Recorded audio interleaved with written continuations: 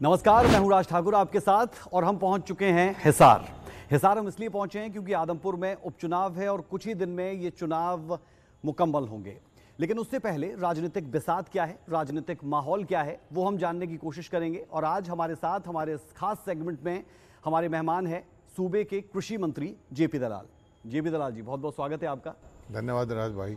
सबसे पहले जानना मैं आपसे ये चाहूंगा कि जो ये चुनाव है, अगर हम इन चुनावों को बीजेपी और कांग्रेस से इतर देखें तो ये युवा बनाम अनुभव की लड़ाई है। कैसे देख रहे हैं इन चुनावों को, बीजेपी कहां पर खड़ी है?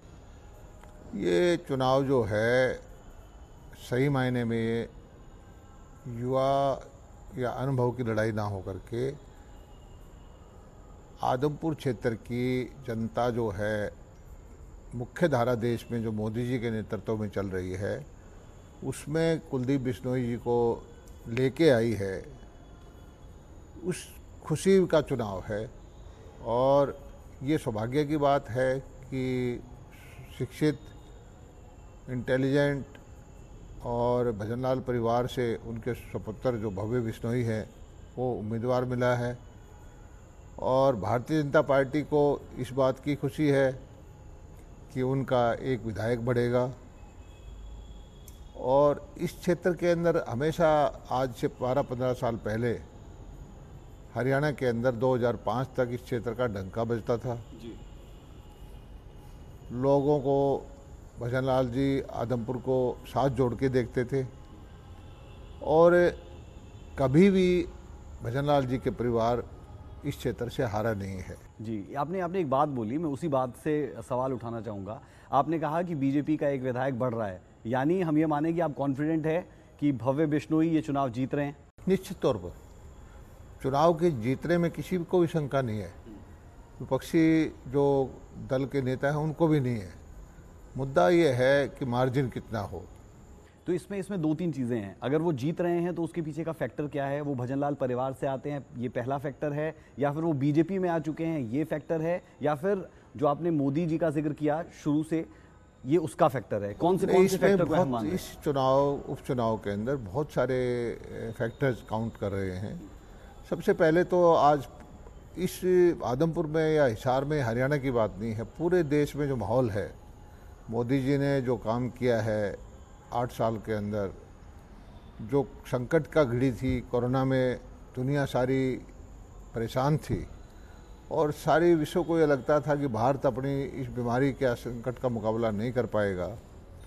जितनी सुंदरता से, शिद्दत से जो मुकाबला किया, और हमारे यहाँ कोरोना के दौरान मौतें कम हुई। अमेरिका, यूरोप जो विश्व के शक्तिशाली देश है उनसे कम हुई। प्रबंध किया, ऑक्सीजन की कमी आई तो ऑक्सीजन दी, वैक्सीन दे, स्वदेशी वैक्सीन बनाई, और जो दवाइयाँ थी वो दी, गरीब आदमियों को भोजन का प्रबंध किया। तो आप कह रहे हैं कि जो मोदी फैक्टर है वो सबसे ज़्यादा हावी यहाँ पर? सबसे ज़्यादा आज मोदी फैक्टर हमारे देश में नहीं, अंतर्राष्ट्रीय जो राजनीति है उसके अंदर भी काउंट कर रहा है। हमारे करोड़ों भारतवासी विदेशों में रहते हैं, मैं उनसे मिलता रहता हूँ, बात होती रहती है। वो कहते हैं कि हमारे जीवन काल में हमें इतना मान सम्मान भारतवासियों को कभी नहीं मिला जो मोदी जी के प्रधानमंत्री बनने के बाद मिला है। लेकिन मंत्री जी, बिश्नोई परिवार लंबे वक्त से इस सीट पर जीतता आ रहा है, इसमें कोई दो राय नहीं, लेकिन एंटी इनकम्बेंसी भी रहती है। तो उस एंटी इनकम्बेंसी से कैसे लड़ेंगे या लड़ रहे हैं, उसके लिए क्या प्लान है? देखिए, ये जो आदमपुर का क्षेत्र और भजनलाल जी का एक तरह से पारिवारिक रिश्ता है, उनके कोई राजनीतिक संबंध नहीं रहे हैं।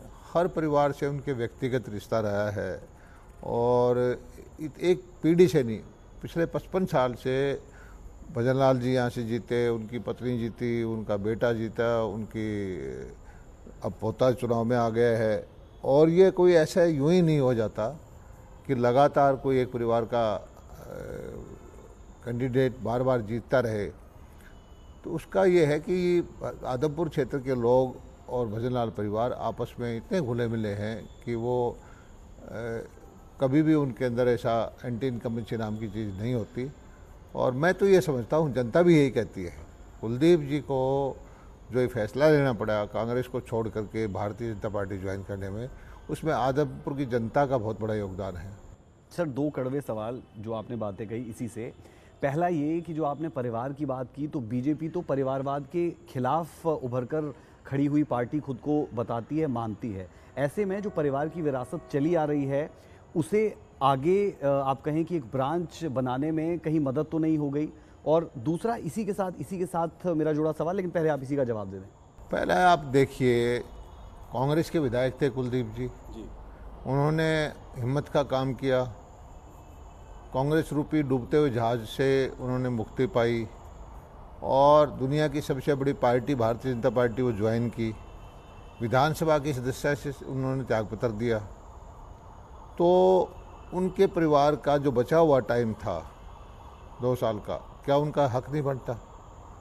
क्या कोई ऐसा करेगा कि भाई आपने आप क्षेत्र में इस्तीफा दिया है, आपने अपनी जो विधानसभा की सदस्यता बीच में छोड़ करके भारतीय जनता पार्टी ज्वाइन की है, तो पहला हक ये है कि उसमें उन्हीं का परिवार का बनता था। इसमें परिवारवाद की बात नहीं है, और वो भी फिर उनकी बजाय एक नौजवान शिक्षित युवा नेतृत्व हमारा जो भारतीय जनता पार्टी में उभारने का एक जो परिपाटी है, उसी श्रृंखला में जो भव्य बिश्नोई को इस क्षेत्र में हमने उम्मीदवार बनाया है। ठीक है सर, वैलिड पॉइंट। लेकिन इसी से जुड़ा जो मैंने कड़वा सवाल दूसरा कहा, वो दूसरा सवाल ये कि वो राज्यसभा चुनाव में मदद कर गए, इसलिए उन्हें यहाँ से टिकट दिया गया। क्या इस बात को भी माना जाएगा, क्योंकि विपक्ष लगातार हमलावर है इस बात को लेकर कि वो कांग्रेस का साथ छोड़कर बीजेपी में आए, तो उन्हें वहाँ पर इसीलिए केटर किया गया? नहीं, राज्यसभा चुनाव हो या कोई, उससे पहले भी वो बोल ही चुके थे कि मुझे कांग्रेस में नहीं रहना है, और जिस पार्टी में रहना ही नहीं है तो उन्होंने एक अच्छे उम्मीदवार को वोट दे करके एक अच्छा काम किया है। और वो जो उम्मीदवार था वो कोई हमारा उम्मीदवार थोड़ा था, भारतीय जनता पार्टी का थोड़ा था, निर्दलीय उम्मीदवार था। उनको हक है कि मैं इस पार्टी के अलावा जो इसके विप को नहीं मानता है, इसकी नीतियों को नहीं मानता, मैं एक अच्छे उम्मीदवार को वोट देना चाहता हूँ। तो सभी जनता ने उसका समर्थन किया था, और ये है कि हमारे उम्मीदवार को नहीं दिया था, हमने भी उसको समर्थन किया है, जेजेपी ने भी उसको समर्थन किया है, बहुत सारे इंडिपेंडेंट ने भी उसको समर्थन किया है, और कांग्रेस के भी कुछ और शायद हो सकता है कि उसमें बहुत कंट्रोवर्सी हुई, बहरहाल उस पर नहीं जाएंगे। सवाल मैं करना चाहूँगा, क्योंकि मुझे याद आता है कि जब चुनाव थे तो उन चुनावों के दौरान सोनाली फोगाट बहुत एक्टिव थी, जो विधानसभा चुनाव थे, लेकिन अब वो अनफॉर्चुनेटली हमारे बीच में नहीं है। बीजेपी को कितना बड़ा डेंट उनके ना होने से, और क्योंकि पिछले चुनावों में वो उम्मीदवार थी इसी सीट से? देखिए, सोनाली फोगाट जी ने भारतीय जनता पार्टी के प्रत्याशी के रूप में यहाँ चुनाव लड़ा, और हमें बड़ा दुख हुआ है पूरे भारतीय जनता पार्टी के काडर को कि वो हमारे बीच में नहीं रही। उनकी दर्दनाक मौत हुई है, वो जांच चल रही है, सीबीआई को केस चला गया है। लेकिन जब हमने भारतीय जनता पार्टी में कुलदीप जी को उनको ज्वाइन करवाया, तो मैं उनके बड़े दिल को नमन करता हूं कि सोनाली जी ने अपने उसमें घर में उनका स्वागत किया, और ये भी कहा कि ठीक है, इस बार जो प्रत्याशी आपके ही परिवार से हो, क्योंकि आप लोगों ने विधानसभा की सदस्यता छोड़ी है। तो ये उन्होंने सोनाली जी ने बड़ा दिल दिखाया। मैं कांग्रेस पर आऊँगा, लेकिन उससे पहले मैं उन 2 दलों पर आना चाहूँगा जो कोशिश तो कर रहे हैं और कहीं ना कहीं सर्वाइवल की लड़ाई भी हरियाणा के लिहाज से लड़ रहे हैं। उसमें एक है INLD, जो सत्ता पर काबिज भी हुई, लेकिन अब मात्र एक विधायक पूरे के पूरे प्रदेश में उनका। INLD की स्थिति को कैसे देख रहे हैं? और आम आदमी पार्टी, जिनके पूरे देश में 2 CM, एक दिल्ली में और एक पंजाब में, वो भी यहाँ पर आकर रैली तक कर लेते हैं। ये आपका सही सवाल है। INLD एक विधायक की पार्टी है, और उनका जो इकट्ठा दल होता था किसी वक्त, उसमें टुकड़े टुकड़े हो गया। उसमें से जो ज़्यादा संख्या वाला दल था वो हमारी सरकार के अंदर भागीदारी है, गठबंधन की हमारी सरकार है। और INLD का मुझे कोई ज़्यादा अभी भविष्य दिखाई नहीं देता निकट भविष्य में। वो पार्टी बहुत ही कम प्रभाव उनका रहा है। दूसरा एक है कि आम आदमी पार्टी के यहाँ प्रत्याशी हैं, और जो हमारे आम आदमी पार्टी के सुप्रीमो हैं अरविंद केजरीवाल जी, वो इसी क्षेत्र के रहने वाले हैं। मेरे विधानसभा में उनकी जन्मभूमि सिवानी है, हिसार में वो पढ़े ही हैं। और जब वो पंजाब में उनकी सरकार आई, तब मैंने कहा था कि वो अगर हमारे हरियाणा के किसान को जो एसवाइल के पानी की ज़रूरत है वो दे देते हैं तो मैं भी उनका सार्वजनिक अभिनंदन करूंगा, उनका स्वागत करूंगा। और मुझे नहीं, यहाँ के लाखों लाखों किसानों को ये उम्मीद थी कि उनको यहाँ जानकारी है दक्षिण हरियाणा में पीने का पानी नहीं है, सिंचाई की तो बात ही दूर की है, और हर परिवार को या हर समाज को ये उम्मीद होती है कि हमारे समाज से, हमारे परिवार से कोई बच्चा कोई तरक्की करता है और उसके हाथ से कोई भलाई का काम हो सकता है तो वो ज़रूर उनके लिए करेगा। लेकिन दुर्भाग्य है कि केजरीवाल जी ने जो बयान दिया कि एक बूंद भी पानी हरियाणा को नहीं दूंगा, उससे हरियाणा के किसानों को बहुत गुस्सा है।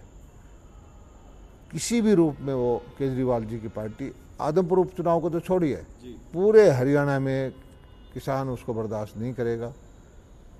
क्योंकि मुद्दा ये है कि नहर जो है, आज जो भाखड़ा कनाल निकलती है वो 60-70 साल पुरानी हो चुकी है। सुप्रीम कोर्ट से बार बार आदेश आ चुके हैं, सुप्रीम कोर्ट से हरियाणा केस जीत चुका है और सुप्रीम कोर्ट ने साफ कहा है कि इस नहर का निर्माण करिए। पंजाब कहता है कि हमारे पास पानी कम है, सुप्रीम कोर्ट ने कहा कि पानी का फैसला हम बाद में कर लेंगे, कम होगा तो, लेकिन नहर का निर्माण जरूरी है। और वो हमारी बहुत सारी राजस्थान की जनता, पंजाब की जनता, हरियाणा की जनता, दिल्ली की जनता के लिए पैरेलल नहर का निर्माण होना जरूरी है। अब खुदा न खास्ता ऐसी कोई दुर्घटना घट जाए, वो नहर टूट जाए तो यहाँ पीने का पानी का संकट आ जाएगा। तो वो एक पैरेलल नहर तो बनाना समय की आवश्यकता है। इतनी छोटी सी बात को भी केजरीवाल जी नहीं समझते। मुझे उनसे उम्मीद थी, हरियाणा के किसानों को उम्मीद थी कि सबसे पहली घोषणा उनकी ये होगी कि मैं एसवाइल का निर्माण करता हूँ, शुरू करता हूँ। जो सुप्रीम कोर्ट के आदेश को जो राजनेता ना माने और हमेशा बातों को, शब्दों को घुमाता रहे, हरियाणा का मतदाता इतना मूर्ख नहीं है। चलिए, तो आप कुल मिला के ये कह रहे हैं कि अरविंद केजरीवाल हरियाणा के ही बेटे होने के बावजूद वो नहीं कर पाए जो शायद उनसे हर कोई उम्मीद कर रहा था, और उसी की करना नहीं, उन्होंने ये कहा है कि मैं करूंगा। उन्होंने ये बयान दिया हमारे पास कोई पानी नहीं हरियाणा को एक बूंद देने के लिए। दिल्ली को कहते हैं पानी दीजिए, हरियाणा में अपना पानी का कोई अपना प्राकृतिक साधन है नहीं, और पंजाब से कहते हैं कि हम पानी नहीं देंगे हरियाणा में। तो इससे उनकी सारी राजनीति उजागर होती है। बिल्कुल सर, एसवाइएल का मुद्दा और पानी का मुद्दा तो हरियाणा के लिए, पंजाब और दिल्ली के लिए ऐसा कि जिस पर घंटों हम डिबेट कर सकते हैं। आगे बढ़ते हैं और बात कर लेते हैं कांग्रेस पार्टी की। कांग्रेस पार्टी से जयप्रकाश को टिकट दिया गया है। जेपी बड़े नेता है, पेट्रोलियम मिनिस्टर तक रहे हैं। उनके सामने एक युवा नेता है जिसका जिक्र मैंने शुरू में भी किया था। तो उससे टैकल करने के लिए बीजेपी कहें या फिर भव्य बिश्नोई कहें, क्योंकि एक कार्ड कांग्रेस पार्टी ने खेला है कि एक अनुभवी नेता को यहाँ पर लेकर आएं, उनके हक में या फिर उनके आप कहें कि फेवर में कौन सी ऐसी चीज़ें जो नहीं जा रही है और आपको लग रहा है कि उन्हें डेंट यहाँ पर मिलेगा इसकी वजह से? देखिए राज भाई, मैं क्षेत्र में पिछले 15 दिन से मैं जाता हूँ, लोगों की बात सुनता हूँ और लोगों में आम चर्चा क्या होती है वो भी मुझे समझ में आती है। 2009 में जयप्रकाश जी ने यहाँ से चुनाव लड़ा था जी। अच्छा क्लोज कंटेस्ट था और गांव-गांव वो गए थे और उन्होंने तब ये वायदा किया था कि मैं हारूं या जीतूं, आदमपुर का विधायक बन के काम करूंगा, हर सप्ताह आपके बीच में बैठूंगा, आऊंगा। लेकिन 13 साल के बाद वो फार्म भरने आए, उससे पहले किसी भी गांव में किसी से मिलना, किसी से कोई उसके बाद तो वो कलायत के विधायक रहे, अगला चुनाव वो हार भी गए। तो उनके यहाँ आने का कोई औचित्य नहीं है, लोगों में बड़ा भारी गुस्सा है। दूसरा मुद्दा सबसे बड़ा और है आदमपुर में। भजन लाल जी यहाँ 12 साल मुख्यमंत्री रहे। पूरे हरियाणा और में भजन लाल जी और आदमपुर को एक नाम से जाना जाता था। आदमपुर की जनता गर्व महसूस करती थी कि हमारे विधायक जो हैं वो मुख्यमंत्री हैं, हमारे विधायक केंद्र में मंत्री रहे। और 2005 में कांग्रेस पार्टी ने भजन लाल जी को अध्यक्षता में उनको चीफ मिनिस्टर का चेहरा बना करके चुनाव लड़ा। कांग्रेस का बहुमत आया। हुआ क्या, भजन लाल जी को किनारे करके मुख्यमंत्री किनको बनाया? भूपेंद्र सिंह जी हुड्डा को। ये इस घटना के बाद आदमपुर की जनता अपने आप को अपमानित महसूस कर रही है। कांग्रेस ने उनके साथ जो अन्याय किया, इनके दिल में टिस है। उनको ये भी पता है कि आदमपुर की चौधर ख़त्म किसने की, भूपेंद्र हुड्डा ने ख़त्म की। तो भूपेंद्र हुड्डा और जयप्रकाश कितना ही घूम ले, उनको यहाँ कोई किसी तरह का समर्थन मिलने की मुझे उम्मीद नहीं है। लेकिन हम देखते हैं मंत्री साहब कि वो खुद जेपी हों, खुद उदयभान हो जो प्रदेशाध्यक्ष है, भूपेंद्र सिंह हुड्डा लगातार यहाँ पर आ रहे हैं और आज उनका बयान ये आया है कि हम निश्चित तौर पर जीत रहे हैं और हम बहुत कंफर्टेबल जोन में हैं। दीपेंद्र हुड्डा लगातार यहाँ पर डटे हुए हैं। तो हम देख रहे हैं लगातार कि भूपेंद्र सिंह हुड्डा को कांग्रेस की कमान तो पूरे तरीके से मिली हुई है और इन आदमपुर चुनावों को वो एक सेमीफाइनल मानकर चल रहे हैं कि अगर यहाँ पर अच्छा परफॉर्म कर लिया तो शायद हम फाइनल्स में बेहतरीन प्रदर्शन करेंगे। एक बार बयान मैंने देखा था कहीं, वो दीपेंद्र जी ने कहा था कि ये हरियाणा के अगले 2024 के असेंबली चुनाव का ही सेमीफाइनल है। हालांकि मेरी कोई आदत नहीं होती कि मैं किसी को चैलेंज करूं, लेकिन जब उन्होंने कर ही दिया है तो हमें स्वीकार है। और यहाँ निश्चित तौर पर जो है भाई भव्य बिश्नोई जीतेंगे, बहुत भारी बहुमत से जीतेंगे। और इसका परिणाम यही है कि जो मनोहर लाल जी ने बगैर भेदभाव के गरीब कल्याण के काम किए, गरीबों को नौकरी दी, इस क्षेत्र के अंदर भी सैकड़ों करोड़ रुपए के काम हुए। आप जाओगे बालसमंद गांव में जाके देखना, नहरी पानी उनको कभी नहीं मिलता था। नहरों की रिमॉडलिंग की, पीछे से जमुना और भाखड़ा को ज्वाइन करवाया, दोनों नहरों का पानी इनको दिया। बीमा का पैसा यहाँ 100 करोड़ रुपए मिला है, खराबे का पैसा मिला है। किसान के लिए कपास का अच्छा भाव है, सरसों का अच्छा भाव है। हरियाणा 14 फसलें खरीदता है। हरियाणा प्रदेश जो है, क्योंकि किसानों का क्षेत्र है, किसान हित में जितने फैसले हरियाणा ने किए हैं इतने किसी ने नहीं किए। पशुपालन के लिए पशुधन क्रेडिट कार्ड है, बागवानी के लिए बागवानी बीमा योजना है। तरह तरह की योजनाएं बना करके हमारी कोशिश ये रही है कि किसानों को, ग्रामीण क्षेत्र को ऊपर उठाया जाए। हाँ। सर, इन चुनावों की अगर मैं बात करता हूं तो मैं समझना चाह रहा हूं, क्योंकि आप भी इसी इलाके के आसपास से आते हैं और आप यहाँ की पॉलिटिक्स को बहुत अच्छे से समझते हैं। यहाँ पर जातिगत समीकरण क्या काम कर रहा है, क्या करता है, और क्या मैन टू मैन मार्किंग ज़्यादा रहती है? क्योंकि आपने लगातार इस बात का जिक्र किया कि बिश्नोई परिवार बहुत वक्त से यहाँ की राजनीति कर रहा है और उनकी जो पहुँच है, पकड़ है, वो एक शख्स तक है। तो वो किस तरीके का समीकरण है? देखिए राज जी, भारतीय जनता पार्टी ना जाति पाति में विश्वास करती, ना तुष्टीकरण की राजनीति करती, ना क्षेत्रवाद की राजनीति करती। कांग्रेस से इस तरह के काम हमेशा से करती रहती। कांग्रेस से हर जगह कोई न कोई इलाकावाद का, जातिवाद का, क्षेत्रवाद का कुछ न कुछ कार्ड खेलने की कोशिश करती है।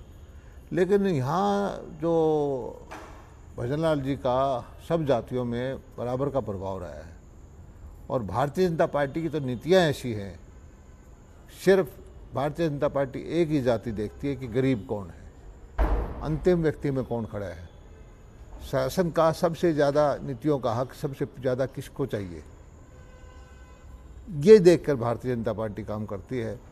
और उसका परिणाम है कि आज जो है आम जन वो भारतीय जनता पार्टी से खुश है। और जो सत्ता में ऐसे सत्ता का लाभ उठाने वाले लोग थे, घराने होते थे, परिवार होते थे, जो गरीब आदमी का बच्चा फर्स्ट डिवीज़न मेरिट वाला था, अपने पैसे के दम पर, अपने प्रभाव के दम पर उसकी नौकरी को खा जाते थे, वो लोग जरूर हमारे से खुश नहीं है और वो होने भी नहीं है, क्योंकि हम वो काम करेंगे नहीं। लेकिन गरीब दिल से हमारे से खुश है। हम नीतियाँ बना के काम करते हैं, चाहे बदली की बात हो, चाहे विकास की बात हो। मुख्यमंत्री जी ने 90 के 90 क्षेत्र में कोशिश की है कि समान विकास हो। सर, आप क्योंकि विकास की बात कर रहे हैं तो कैसे देख रहे हैं कि पंचायत चुनाव भी है, कल से ज़िला परिषद के चुनाव शुरू हो जाएंगे, उसके बाद पंच सरपंच के चुनाव शुरू हो जाएंगे। उन चुनावों को आप किस तरीके से देख रहे हैं? क्योंकि चुनावों का माहौल कहीं ना कहीं हरियाणा में इस वक्त है और पहले चरण के ये चुनाव है, तो इन चुनावों में कैसी परफॉर्मेंस की उम्मीद आप कर रहे हैं? देखिए, पंचायत चुनाव भाईचारे का चुनाव है और उसमें भी हमने बहुत सारा सुधार करने की कोशिश की है। हरियाणा में पढ़ी लिखी पंचायतें हैं, पंचायतों में महिलाओं का भागीदारी, हमारी जो 50% आबादी है उसको हमने बराबर की दी है।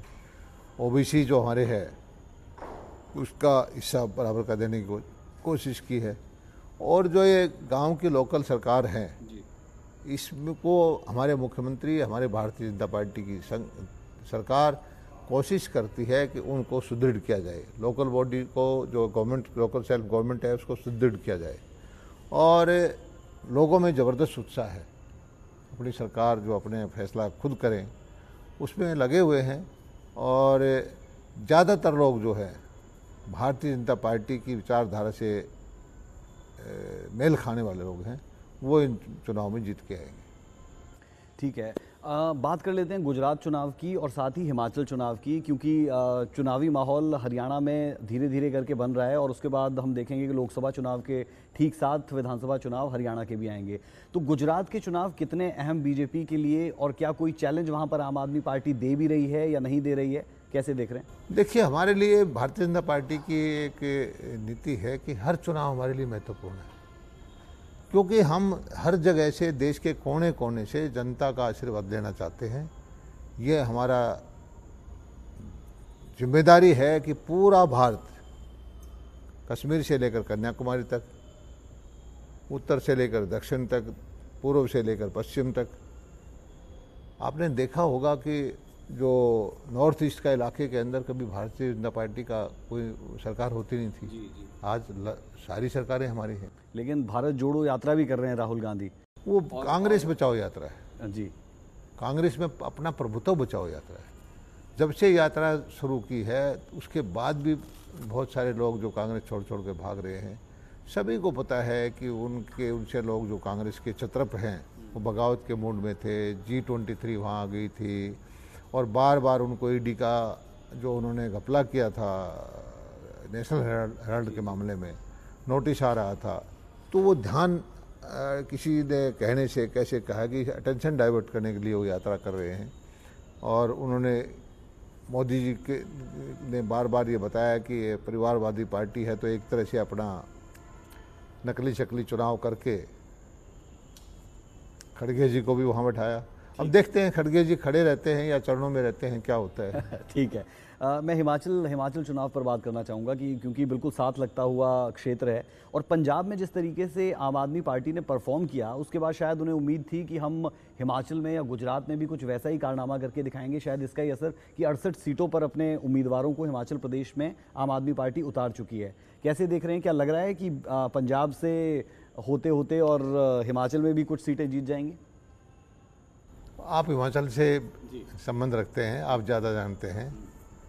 मेरी जानकारी के अनुसार तो उनको पूरे कैंडिडेट भी नहीं मिल पाएंगे हिमाचल में। कैंडिडेट उन्होंने उतार दिए हैं, वो 68 उन्होंने पूरे कर दिए। उतार देते हैं लेकिन उनके कैंडिडेट उतरे हुए भाग जाते हैं जी। वहाँ क्योंकि समर्थन जनता का नहीं मिलता है तो लोगों का फेस नहीं कर पाते। और जो हाल उन्होंने पंजाब का कर रखा है, सही मायने में तो पंजाब की जनता ने, मुख्यमंत्री जी ने सांसद से सदस्यता से इस्तीफा दिया, मुख्यमंत्री बने जी। पंजाब की जनता ने ही 2 महीने में उनको नतीजा दिखा दिया, वहाँ जो चुनाव हार गए। और पंजाब का बुरा हाल है, अर्थव्यवस्था का बुरा हाल है, किसान हमेशा धरने पर बैठे रहते हैं। और जो नीतियाँ उन्होंने गुमराह करने की बनाई थी, लोग उसको समझ चुके हैं। कहीं पर भी मैं समझता हूं कि जो पीक आना था आम आदमी पार्टी का वो आ चुका, और पंजाब ही इस पार्टी को वापस जहां से चली थी वहां भेजने का काम। ठीक है, मैं अब कृषि मंत्री से एक सवाल करना चाहूँगा, और वो ये कि लग रहा है आपको कि जितना वक्त अभी तक आपको मिला है, कृषि के लिहाज से हरियाणा में बेहतर काम हो पाया है? क्योंकि किसान आंदोलन भी हुआ, उस आंदोलन में हमने देखा कि बहुत से किसान वहाँ पर रहे, पंजाब से, यूपी से, उसके लिए बहुत से अलग अलग तर्क दिए जा सकते हैं, लेकिन कोविड भी था। तो क्या इन तमाम चीज़ों के बीच में वो काम आप कर पाए जो आप सोच कर आए थे कि हाँ मैं अब कृषि मंत्री हूँ, हरियाणा के लिए ये काम करूँगा? देखिए, आपके राज भाई, जो कोविड का संकट था दुनिया में, कहीं पर भी कोई काम नहीं हो पाया। वो 1.5 साल का वक्त था, जिंदा रहने का वक्त था, सरवाइव करने का वक्त था। और हम भी इसी चीज़ में लगे रहे कि जैसे तैसे करके जो वैक्सीन लगवाएं, लोगों को प्रिकॉशन दें, मास्क बंटवाएं या सैनिटाइज़र दें, इस तरह के कामों में सब लगे रहे। दूसरा, मैं समझता हूँ जब से मैं मंत्री बना हूँ बहुत सारे चैलेंज हमारे सामने आए। मेरे रहते रहते हरियाणा में टिड्डी आई, उसका प्रबंधन हमने किया। बर्ड फ्लू आया, उसका प्रबंधन हमने किया। हमारी गौ माता के अंदर लंपी स्किन डिजीज आ गई, उसका प्रबंधन हमने किया। लेकिन मैं हरियाणा के किसान को नमन करता हूँ, उनको धन्यवाद करता हूँ कि जो उन्होंने मेहनत की कोरोना संकट में, देश के खाद्यान्न भंडार भरे, भारत के किसान ने भी वो किया। ऑल टाइम हाई ग्रोथ है कृषि की, तो उनको नमन करता हूँ। और देश के किसानों ने जो किसानों के कंधे पर रख के राजनीतिक पार्टी के कुछ कार्यकर्ता या कुर्सी हथियाने वाले लोग, जिन्होंने 1.5 साल को हरियाणा को बंधक बना के रखा था किसान आंदोलन के नाम पर, और जिन्होंने बाद में अपनी पार्टी बना करके पंजाब में चुनाव लड़ा, जिन्होंने ये नारा दिया कि भारतीय जनता पार्टी को उत्तर प्रदेश में हरा देंगे, लेकिन जो मतदाता थे उसमें बहुतायत किसानों की थी। किसानों ने जो समर्थन दिया है, हम उनके ऋणी हैं, वो हमारे माई बाप हैं, वो हमारे भाग्य विधाता हैं। और हमने ऐसा संकट लोकतंत्र में कभी नहीं देखा कि हम चुने हुए प्रतिनिधि थे जनता के, चाहे हमारे सांसद हों, चाहे हमारे विधायक हों, और एक ऐसा आह्वान किया कि चुने हुए प्रतिनिधियों को सड़क पे ना जाने दें, गांव में ना जाने दें, हर जगह हल्ला गुल्ला, लाठियां, काला झंडे, ये वो, हाय हाय। उनका मकसद ये था कि हमारे जो मालिक हैं किसान, कि किसी तरह उनको भड़काया जाए। लेकिन भारत की जनता बहुत समझदार है। इस तरह के षड्यंत्र रचने वाले, खासकर लाल झंडे वाले कम्युनिस्ट पार्टी के कार्यकर्ता और तरह तरह के राष्ट्र विरोधी ताकतें मिलकर के जो किया था, जिस नरमी से हाथ जोड़ करके हमने वक्त गुजारा है, हम ही जानते हैं। और आज जनता से जब जाके पूछते हैं कि क्या नरेंद्र भाई मोदी का, क्या भारतीय जनता पार्टी का, क्या भारतीय जनता पार्टी की हरियाणा सरकार का, या कृषि मंत्री जयप्रकाश का, दलाल का, क्या हमारा कोई नीयत ऐसी थी कि हम किसानों के खिलाफ काम कर रहे हैं? अब सारी जनता कहती है नहीं, आपकी गलती नहीं थी। हम पूछते हैं कि फिर ये क्या था? कहते हैं जी, तो कुर्सी की लड़ाई लड़ने वाले कांग्रेस, कम्युनिस्ट या और तरह तरह की पार्टी, उनके सपोर्टेड लोग थे और उनका अपना एजेंडा था। वो एजेंडा में वो कामयाब नहीं हुए और हमारे नेतृत्व ने बिल्कुल नरमी करके संयम से इस टाइम को निकाला। लेकिन इससे हरियाणा की अर्थव्यवस्था को बहुत नुकसान पहुंचा है और मैं मानता हूं कि जो काम हम करना चाहते थे वो नहीं कर पाए।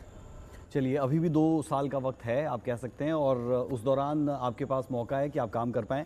बहरहाल, आप सूर्य समाचार के साथ जुड़े, आपने आदमपुर चुनाव से लेकर और अलग अलग राज्यों में चुनावों के साथ साथ जो 3 साल का कार्यकाल आपका रहा, उसमें कैसा काम किया, उसके बारे में आपने जानकारी दी। बेहद शुक्रिया सूर्य समाचार से बात करने के लिए। तो यहाँ पर आपने जेपी दलाल को सुना, जो कृषि मंत्री है, और वो साफ तौर पर कह रहे हैं चैलेंज एक्सेप्टेड। जी हाँ, भूपेंद्र सिंह हुड्डा और दीपेंद्र हुड्डा की तरफ से जिस तरीके से लगातार कहा जा रहा है कि कांग्रेस पार्टी आदमपुर उपचुनाव को जीतेगी, तो फिर जेपी दलाल भी कह चुके हैं कि चैलेंज एक्सेप्टेड है। मैदान में दोनों पार्टियां हैं, बल्कि 4 पार्टियां हैं। कौन जीतेगा आने वाला वक्त बताएगा। अभी के लिए इतना ही इस खास कार्यक्रम में, लेकिन खबरों का सिलसिला सूर्य समाचार पर कभी नहीं रुकता। इजाजत दें, नमस्कार।